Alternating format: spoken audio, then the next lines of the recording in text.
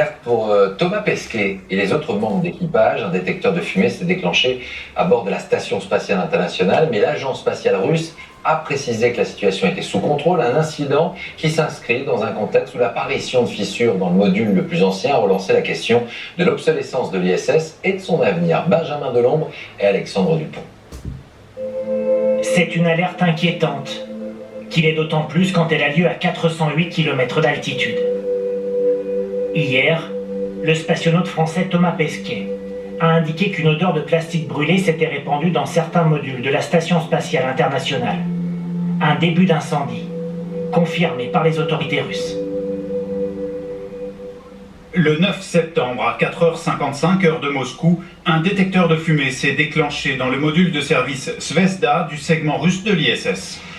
Aucun appareil n'aurait été endommagé, sauf que depuis quelques mois, plusieurs incidents ont eu lieu à bord de l'ISS, notamment sur le module Zvezda, le plus vieux. Fin août déjà, sur la même structure, les deux cosmonautes que l'on voit ici lors d'une sortie extravéhiculaire ont repéré des micro-fissures. Les forts écarts de température, mais aussi les multiples arrimages de vaisseaux pourraient être en cause. Des dégâts encore limités mais qu'il faut surveiller de près, selon cet ancien spationaute français.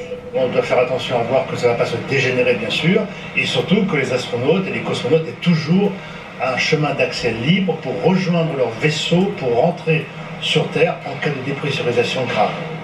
Pour bon nombre de spécialistes, ces incidents sont aussi le signe que l'ISS, lancé en 1998, commence à subir le poids des ans.